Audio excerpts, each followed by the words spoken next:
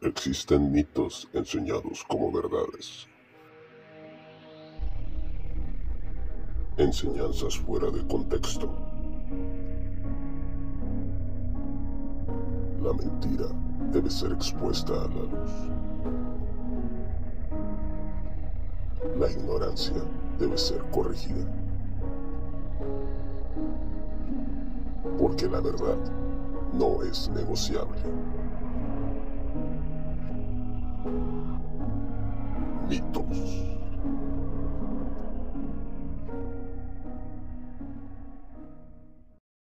Se dice que antes de que Eva fuera creada, una mujer ya había nacido del mismo polvo que Adán.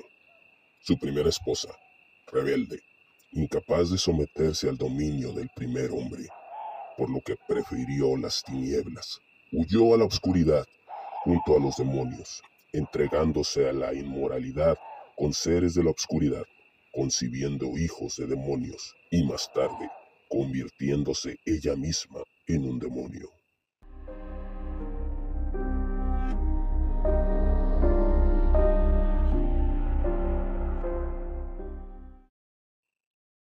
La figura de Lilith tiene sus orígenes en la antigua Mesopotamia.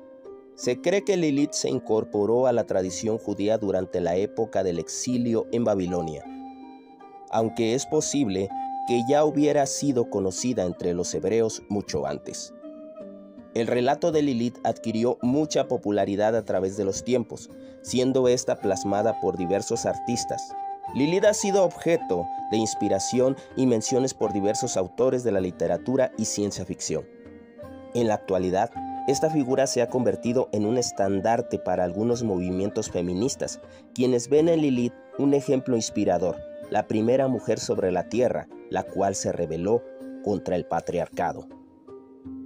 El relato de Lilith se intenta justificar por algunos grupos judíos en el libro del Génesis.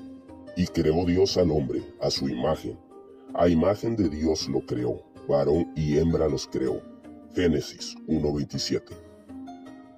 Estos grupos aseguran que la hembra mencionada en este pasaje es Lilith y no Eva.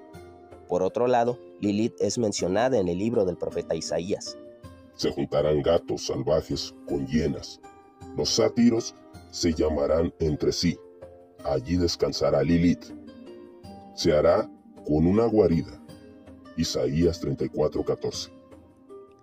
Ante esta evidencia, debemos afirmar la existencia de Lilith y justificar una creencia en torno a la llamada primera esposa de Adán. La respuesta es no. A continuación te presento 3 argumentos con los que te mostraré la falsedad de este relato. Primera evidencia. Recordemos que el mensaje completo de la Biblia es infalible de pasta a pasta, no existe contradicción alguna. Para desmentir el relato de Lilith debemos avanzar hasta el Nuevo Testamento. Él les dijo: por la dureza de vuestro corazón Moisés os permitió repudiar a vuestras mujeres. Mas, al principio no fue así. Mateo 19:8. Este pasaje presenta el diseño original de Dios en el principio, un hombre unido a su mujer, contrario al relato de Lilith que plantea una separación y un segundo matrimonio. Este versículo nos revela que la separación no formó parte del diseño original de Dios para el matrimonio, contradiciendo el relato de Lilith y demostrando su falsedad. Segunda evidencia. El contexto inmediato del pasaje no sugiere la existencia de una mujer antes que Eva. El pasaje de Génesis 1:27 hace referencia a Eva y no a Lilith. El libro de Génesis es muy claro. Entonces Jehová, Dios, formó al hombre del polvo de la tierra y sopló en su nariz aliento de vida, y fue el hombre un ser viviente. Génesis 2:7. Notemos que el versículo jamás deja cabos sueltos para suponer que Adán fue creado a la par con otra mujer. Notemos que Adán declara a Eva como la madre de todos los vivientes, desmintiendo también el relato de Lilith que plantea que ella también tuvo descendientes. Y llamó a Adán el nombre de su mujer, Eva, por cuanto ella era madre de todos los vivientes. Génesis 3:20. Tercera evidencia. La mención de un personaje en un pasaje no prueba su existencia. Para Isaías 34:14 la mención de Lilith es irrelevante. La concordancia Strong define el nombre de Lilith como fantasma nocturno o lechuza. En otras versiones de la Biblia, el nombre de Lilith es traducido como lechuza, ave nocturna, monstruo nocturno, lamia, que es la versión griega de Lilith o fantasma nocturno. Se entiende que el autor, al hacer mención de Lilith, utilizó un recurso literario llamado mitificación, que consiste en atribuir características o elementos mitológicos a personas, lugares, eventos o situaciones reales. Esto puede incluir el incorporar criaturas mitológicas o seres sobrenaturales a una narrativa con el fin de dar profundidad y significado a la narrativa o resaltar una idea. Algo similar a lo que ocurre en el Salmo 91, verso 13, donde el autor menciona a un dragón sin ninguna intención de asegurar la existencia de los dragones, más con el fin de resaltar un gran peligro. Al hacer mención de Lilith, el autor tan solo intentó hacer referencia a una tenebrosa oscuridad sobre las naciones desoladas, sin ninguna intención de confirmar la existencia de Lilith. Conclusión. La idea de una mujer transformada en un demonio, adquiriendo inmortalidad y concibiendo hijos híbridos, mitad demonios y mitad humanos, podría ser asimilada en alguna novela fantástica de Stephen King. Sin embargo, pensar en esta idea como un hecho real es por demás absurdo. Lilith es un mito obscuro, carente de realidad, ajeno a la verdad bíblica. De ninguna manera debe ser tomado en serio. Tan solo es un mito pagano, no tiene ninguna relación con la Biblia y solo existe en la mente de las personas que se empeñan a creer esta mentira. Se dice que los ángeles buscaron esposas de entre las hijas de los hombres. De esta unión nacieron gigantes quienes fueron héroes sobre la tierra.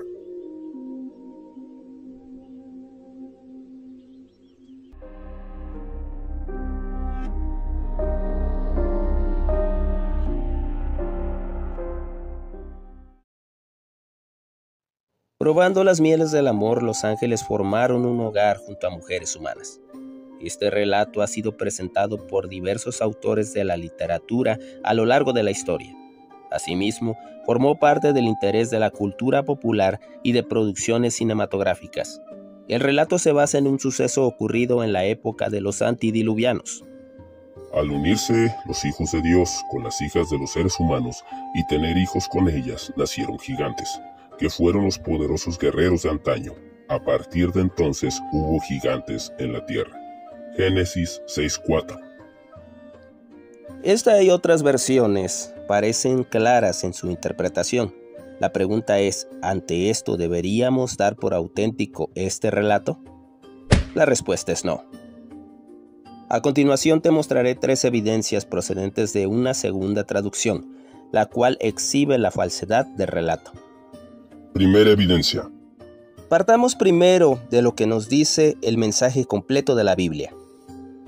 En la resurrección, las personas no se casarán ni serán dadas en casamiento, sino que serán como los ángeles que están en el cielo.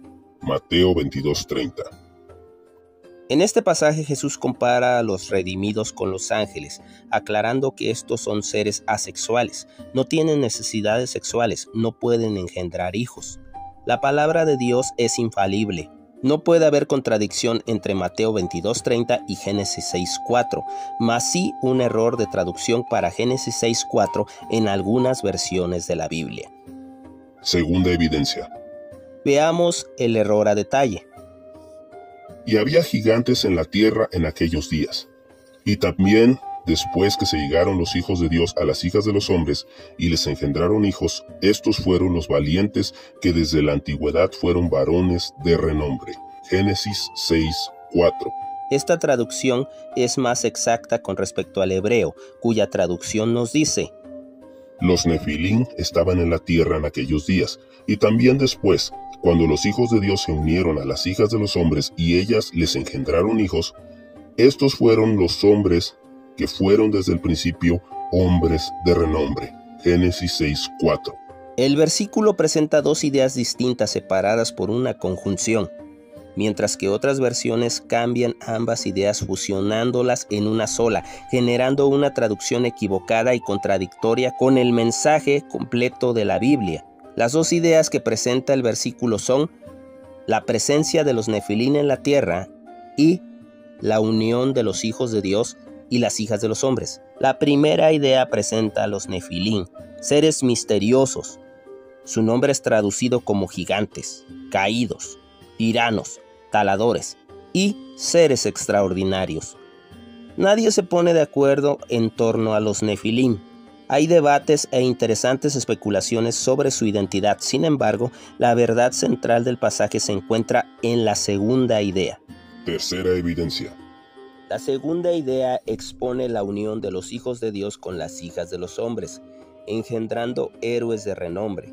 Ellos no engendraron a los Nefilim. Si los hijos de Dios mencionados en el pasaje no fueron ángeles, entonces ¿quiénes eran estos? Recordemos que de Caín, primer hijo de Adán, surgió un pueblo que dominó la ganadería, la forja y la música. Sin embargo, era gente inmoral y violenta. Por otro lado, tenemos a los descendientes de Set, el tercer hijo de Adán. De Set nació Enós, y de este surgió una generación de hombres y mujeres que obedecían a Dios. Y a Set también le nació un hijo, y llamó su nombre Enós. Entonces los hombres comenzaron a invocar el nombre de Jehová. Génesis 4:26. A la generación surgida de Set se le atribuye el nombre de los hijos de Dios, pues buscaban a Dios y procuraban vivir en rectitud, mientras que a la generación de Caín se le atribuye el origen de las hijas de los hombres. De acuerdo con Génesis 6:2, con el tiempo ambas generaciones separadas por el temor de Dios se unieron, fusionando sus culturas. Esto ocurrió cuando los descendientes de Set tomaron mujeres entre las hijas de los descendientes de Caín. De acuerdo con Génesis 6:3, esta unión no fue del agrado de Dios. Y así los dos pueblos se fundieron en uno solo, surgiendo una generación de maldad, desencadenando la ira de Dios y el diluvio. Esta segunda interpretación es fiel al contexto del pasaje. Posee una enseñanza sobre las consecuencias de unirse en yugo desigual con los incrédulos, mientras que la primera interpretación es una enseñanza aislada, sin utilidad. No hay ningún pasaje en la Biblia que respalde la idea de ángeles con esposas e hijos. Conclusión. De acuerdo con esta pequeña investigación, entendemos que el relato de los ángeles enamorados es solo un mito fantasioso fuera de contexto, un relato carente de contenido espiritual, que lejos de edificar, pone en evidencia la credibilidad de la Biblia. Se dice que aquellos que se niegan a diezmar son atormentados por un ser proveniente de la oscuridad, el cual se encarga de castigar a quienes no se ponen al corriente con sus diezmos.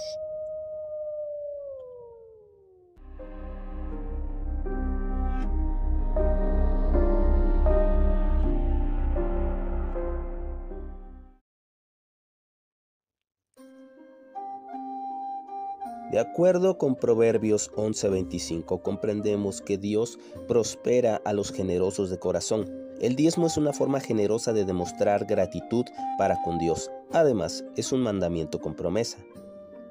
Traed todos los diezmos al alfolí, y haya alimento en mi casa. Y probadme ahora en esto, dice Jehová de los ejércitos, si no os abriré las ventanas de los cielos, y derramaré sobre vosotros bendición, hasta que sobreabunde. Malaquías 3:10. Sin embargo, existe una corriente de pensamiento que se siente obligada a diezmar, pues cree en la existencia de el devorador. El libro de Malaquías nos habla al respecto. Reprenderé también por vosotros al devorador, y no os destruirá el fruto de la tierra, ni vuestra vida en el campo será estéril, dice Jehová de los ejércitos. Malaquías 3:11. Existen diferentes enseñanzas en torno al devorador. Se dice que es una criatura del inframundo, un demonio que se encarga de cobrar puntualmente los diezmos a quien se niega a entregarlos con puntualidad, un ser que provoca estragos en la economía, un fuego que devora a quien no diezma, un ser al que solo podemos vencer poniéndonos al corriente con nuestros diezmos. Ante lo que se dice en torno a esta criatura y su mención en el libro de Malaquías, ¿es correcto predicar sobre el diezmo sin dejar de mencionar la amenaza del devorador? La respuesta es no. A continuación te daré 3 evidencias las cuales explican a detalle quién en realidad es el devorador y por qué está lejos de ser lo que se ha inventado en torno a él. Primera evidencia. Para comenzar, es necesario explicar bíblicamente el significado de el devorador. El término devorador de Malaquías 3:11 significa comer. Algunas versiones de la Biblia traducen este término como langosta, plaga de insectos, plaga de enfermedades, insectos y enfermedades y plaga voraz. Estas traducciones se basan en un contexto histórico. Recordemos la plaga mencionada en el libro del profeta Joel. Con facilidad notamos que ninguna de estas traducciones relaciona al devorador con un demonio, por lo que no podemos especular sobre un demonio sin ningún fundamento. Segunda evidencia. La palabra devorador solo es mencionada una sola vez en el libro de Malaquías. Ni siquiera forma parte del propósito del libro.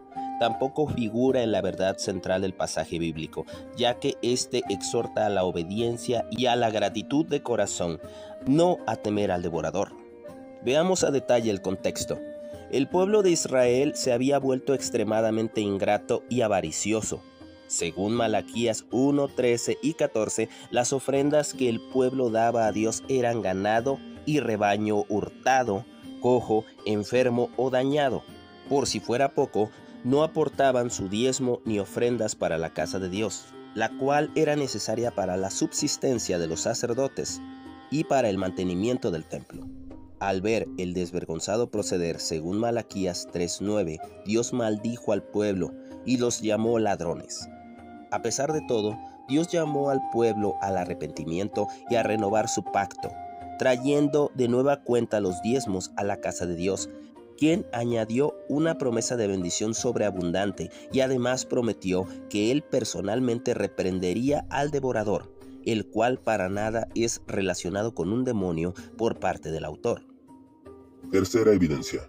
Algunos encontramos cierta relación en Malaquías 3:11 con el evento ocurrido en Egipto, registrado en Génesis 41 en adelante, el cual inicia con el sueño del faraón. En Génesis 41, 4 y 7, de acuerdo con el sueño del faraón, 7 vacas flacas y 7 espigas flacas devoraron a 7 vacas gordas y a 7 espigas gordas. Según la interpretación de José, las 7 vacas y espigas gordas eran 7 años de abundancia. Sin embargo, vendrían después de estos 7 años de hambruna extrema, representada por 7 vacas flacas y espigas flacas, revelando que los años de hambruna sobrepasarían los años de abundancia. Sin embargo, el libro de Génesis tampoco atribuye a una actividad demoníaca este evento, por lo que de haber una relación con lo que escribió Malaquías, se confirma que el devorador más bien hace referencia a un evento o época de crisis. Conclusión. No hay pasaje alguno en la Biblia que demuestre que el devorador es real. No es lícito crear una doctrina basándonos en un solo versículo o en una sola palabra del versículo, dejando de lado el contexto y el mensaje completo de la Biblia. El diezmo se practica con alegría de corazón, no por temor al devorador. Los verdaderos devoradores son aquellos que utilizan este mito para manipular y exigir dinero de forma desmedida.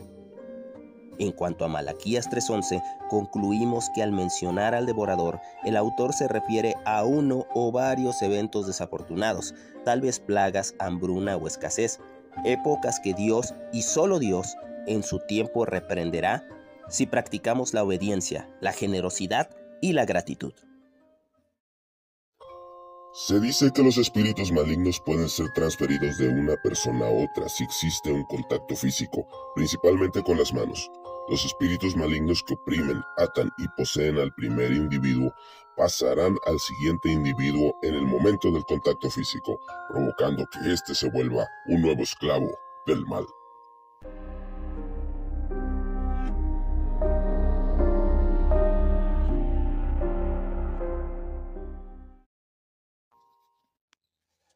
La transferencia de espíritus es una doctrina muy común en nuestros días. Esta sostiene que cuando alguno ora por otro imponiendo las manos sobre éste, los espíritus que moran en una de las dos personas se transferirán. Algunos enseñan que incluso cualquier contacto físico basta para que la transferencia se efectúe. La base bíblica con que se sostiene esta postura es la siguiente. No te apresures a imponerle las manos a nadie, no sea que te hagas cómplice de pecados ajenos. Consérvate puro. Primera a Timoteo 5:22. Existe una buena cantidad de testimonios de personas que aseguran haber caído en adulterio, que perdieron las ganas de ir a la iglesia y que comenzaron a tener tentaciones muy fuertes a partir de que alguien los tocó mientras oraba por ellos. Ante estos testimonios y el hecho de que esta postura ha ganado credibilidad entre muchas congregaciones y actualmente se enseña con normalidad en muchos movimientos, debemos dar por hecho que al tocar o ser tocado por alguien nos exponemos a que uno o muchos espíritus malignos se transfieran a nosotros. La respuesta es no. A continuación te mostraré dos argumentos para demostrar que esta postura está equivocada. Primera evidencia. Primero que nada es necesario conocer el contexto remoto del pasaje bíblico. La imposición de manos tuvo históricamente diferentes funciones para diferentes aplicaciones. Según Números 27-23, para delegar autoridad. Según Marcos 16-18, para orar por sanidad. Según Génesis 48-14, para bendecir. Según Hechos 13-3, para delegar un ministerio. Teniendo como base estos versículos, entendemos que en realidad Pablo no estaba advirtiendo sobre tocar a alguien a la ligera, sino más bien Pablo pretendía que Timoteo, siendo un pastor joven en busca de colaboradores, no delegara mayordomía o ministerios de la congregación a personas indignas. El original griego nos dice: Manos rápidamente a nadie estés imponiendo, ni estés compartiendo en común pecados de otros. A ti mismo puro estés guardado. Primera a Timoteo 5:22. Se comprende que al imponer manos, Timoteo estaría oficialmente delegando un cargo de la iglesia, por lo que él tenía que llevar de rodillas al candidato e imponer sus manos sobre éste y orar para consagrarlo al ministerio o cargo para el cual se había postulado y había resultado elegido. Si Timoteo hubiese elegido precipitadamente, sin investigar, sin analizar la confiabilidad del candidato, éste se arriesgaría a elegir a alguien indigno, a un practicante de pecado que usaría su cargo o ministerio para dañar a la congregación, de manera que Timoteo tendría que ser responsable del pecado o los errores de quien él mismo eligió a la ligera sin poner cuidado, razón por la cual Pablo le aconseja mantenerse puro, libre de corrupción, libre de pecados propios y ajenos. La Biblia del Diario Vivir comenta sobre este versículo que una iglesia nunca debería apresurarse a elegir líderes, porque podemos pasar por alto problemas importantes o pecados. El candidato debe ser calificado de manera aprobatoria antes de pedirle que asuma una posición o liderazgo. Segunda evidencia. La epístola del apóstol Santiago nos da un poderoso argumento en contra de este mito. Sino que cada uno es tentado cuando de su propia concupiscencia es atraído y seducido. Santiago 1:14. La palabra concupiscencia significa deseos de codicia o apetitos desordenados de placeres deshonestos o inmorales. Según Santiago, es nuestra propia concupiscencia la que provoca en nosotros un profundo deseo de pecar, nos atrae a la maldad y posteriormente a consumar el pecado. Pensar en que tocar a alguien traerá a nosotros deseos pecaminosos es contradecir este pasaje. Nuestra propia concupiscencia nos seduce al pecado, no el contacto físico con las manos, hombros o cabeza de un pecador o endemoniado. De manera que aunque existan un sinfín de historias o testimonios de personas que cambiaron negativamente a raíz de un contacto físico, nadie puede culpar a otro por su propio pecado. El alma que pecare, esa morirá. El Hijo no llevará el pecado del Padre, ni el Padre llevará el pecado del Hijo. La justicia del justo será sobre él, y la impiedad del impío será sobre él. Ezequiel 18:20. Conclusión. Existen motivos prudentes para no siempre tocar o imponer las manos mientras oramos, pero nada tiene que ver esto con la idea de que transferiremos o nos será transferido un espíritu maligno en el momento de tocar a alguien. Cuando analizamos con detenimiento esta postura, descubriremos una buena cantidad de inconsistencias en su aplicación. La transferencia de espíritus es un mito que afecta a nuestra vida social, nos vuelve paranoicos. Con excepción de una emergencia sanitaria, nada nos impide dar un contacto afectuoso en pos de una demostración de afecto y convivencia con nuestros semejantes. Se dice que un gran pez expulsó de su boca a un hombre, arrojándolo a la orilla del mar. Aquel hombre fue venerado como un dios por los habitantes de la ciudad, quienes fueron testigos de lo ocurrido.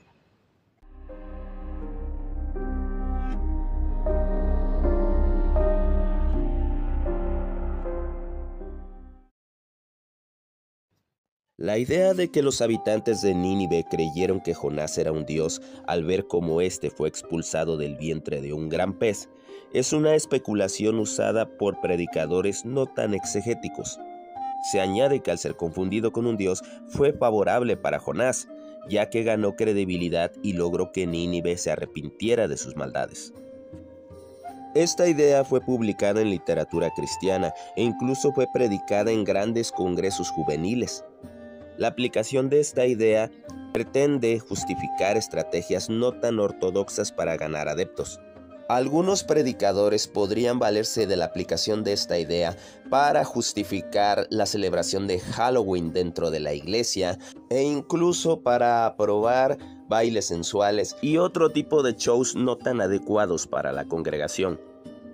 Ante esto, debemos dar por hecho que Jonás fue venerado como un dios y esto fue favorable para atraer la atención de la gran ciudad de Nínive.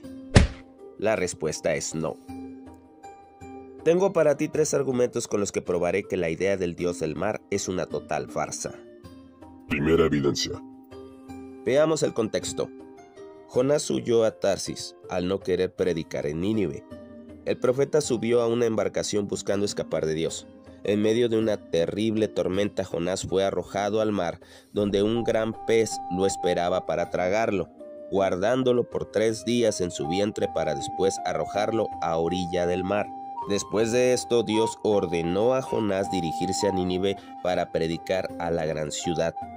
Al escuchar a Jonás, los habitantes de Nínive se arrepintieron de sus maldades, se humillaron ante Dios y así fue como recibieron misericordia. Sin embargo, a alguien se le ocurrió agregar algo más a la historia. En primera se agrega que Jonás fue arrojado muy cerca de Nínive y los asirios presenciaron el momento cuando éste fue expulsado por el gran pez, de manera que lo creyeron un dios. Posteriormente se agrega que esto sirvió para que Jonás pudiera ingresar a Nínive y ser escuchado frente al rey de Asiria. Veamos a detalle, Nínive no tenía cercanía con el mar. Por lo tanto, el que los asirios hayan visto a Jonás ser arrojado por el pez a orillas del mar es una posibilidad muy mínima. El mar más cercano a Nínive en relación al contexto geográfico de la historia es el Mediterráneo, a unos 400 kilómetros o más del punto más cercano con la frontera de lo que fue Asiria. La Biblia no revela el punto exacto donde Jonás fue arrojado. Suponiendo que el gran pez arrojó a Jonás junto a las costas de Siria, la distancia hasta la ciudad de Nínive podrían haber sido unos 500 kilómetros o más. La Biblia no registra ningún testigo en el momento que el pez liberó a Jonás. Y mandó Jehová al pez y vomitó a Jonás en tierra. Jonás 2:10. Jonás se levantó y se encaminó a Nínive como el Señor le ordenó. Nínive era una ciudad tan grande que se necesitaban 3 días para recorrerla. Jonás 3:3.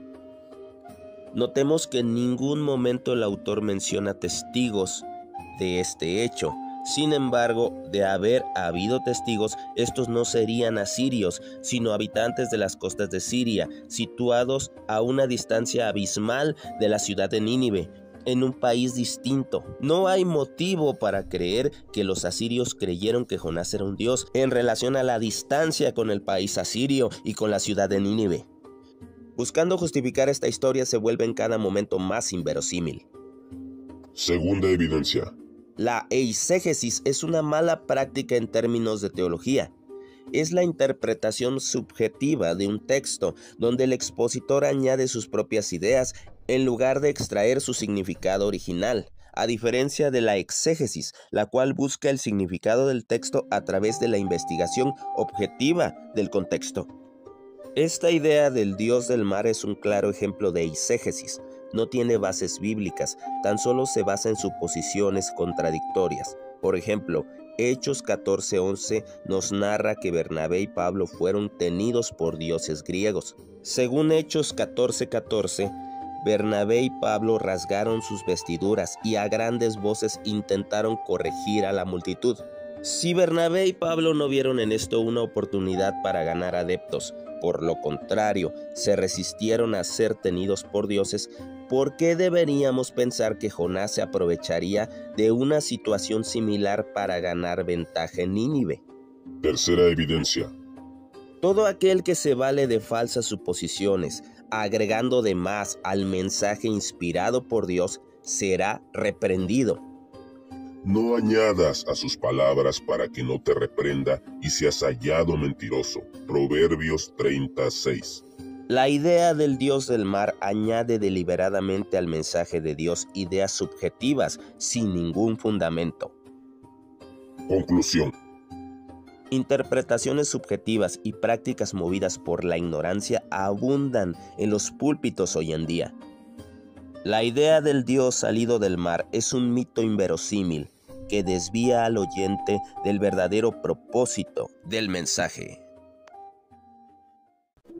Se dice que un muerto volvió para dictar sentencia en contra del rey de Israel.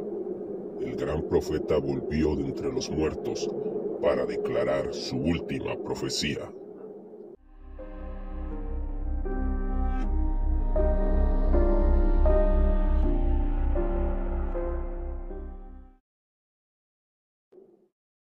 Existe un caso en la Biblia que para muchos estudiosos se trata de una excepción, un caso especial que rompe todos los esquemas. El regreso del profeta Samuel durante un ritual espiritista ha causado gran controversia. Y Samuel dijo a Saúl, ¿por qué me has inquietado haciéndome venir? Y Saúl respondió, estoy muy angustiado, pues los filisteos pelean contra mí, y Dios se ha apartado de mí, y no me responde más, ni por medio de profetas, ni por sueños. Por esto te he llamado, para que me declares lo que tengo que hacer. Primera de Samuel 28:15. Algunas publicaciones afirman que Samuel realmente volvió en medio de un ritual espiritista. Ante esta interpretación, ¿debemos dar por hecho que Samuel volvió de entre los muertos? La respuesta es no. A continuación te presento dos evidencias que abrirán tu mente para comprender a fondo el pasaje. Primera evidencia. Vayamos al contexto. El rey Saúl se había alejado de Dios, sus obras eran de continuo mal. Saúl se negó a arrepentirse y Dios lo desechó. Saúl buscaba a Dios, no por arrepentimiento, sino en busca de dirección, ya que una batalla contra los filisteos se avecinaba y no había manera que él pudiera ganar. Sin embargo, Dios no dio respuesta alguna, ni por sueños, ni por Urim, ni por medio de los profetas. En un arranque de desesperación, el rey buscó en la tierra de Endor a una adivina. Saúl fue por la noche disfrazado ante la médium, pidiéndole que hiciera venir al profeta Samuel, muerto tiempo atrás.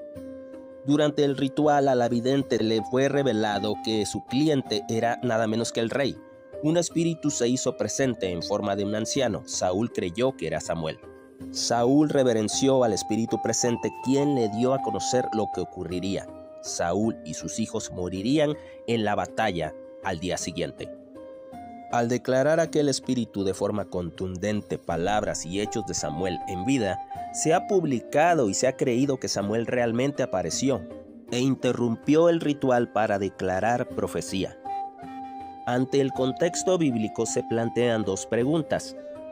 Si Dios no respondió a Saúl por ningún medio lícito para buscarlo, ¿por qué Dios respondería a través de un medio ilícito? Si Dios no respondió a través de profetas vivos, ¿por qué Dios respondería a través de un profeta muerto? La respuesta es para ambas preguntas. Dios no respondió. La ley de Dios prohibía determinantemente consultar a los muertos. Y el hombre o la mujer que invocara espíritus de muertos o se entregare a la adivinación, ha de morir. Serán apedreados. Su sangre será sobre ellos. Levítico 20:27. Dios había determinado no responder a Saúl. Dios no pudo haber roto su propia regla y valerse de una adivina interrumpiendo su ritual. Esto jamás ocurrió. Pero, ¿es posible que el espíritu de un muerto pueda visitar a los vivos? Job nos da la respuesta. Antes que vaya para no volver a la tierra de tinieblas y de sombra de muerte. Job 10:21.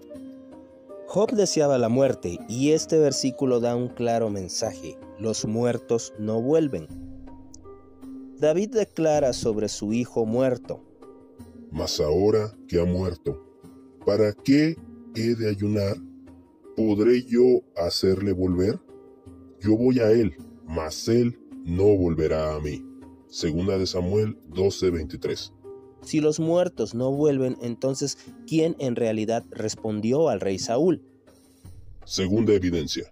En la Biblia existen pasajes normativos, poéticos, sapienciales, proféticos y narrativos.